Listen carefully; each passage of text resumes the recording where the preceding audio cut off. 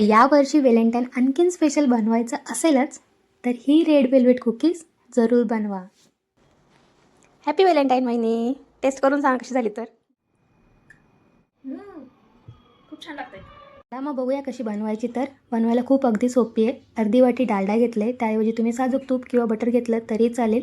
अर्धी वाटी पिठी साखर टाकून आपल्याला लाईट आणि फ्लफी होत नाही तोपर्यंत फेटून घ्यायचं आहे.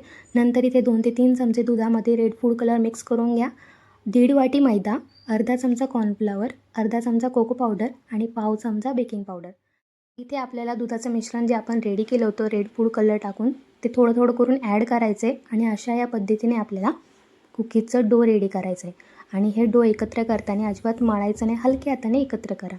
नंतर इथे अशा या पद्धतीने कुकीजला आकार द्यायचा आहे आणि कढईमध्ये बेक करते 15 ते 20 मिनिटासाठी मध्यम आचेवर.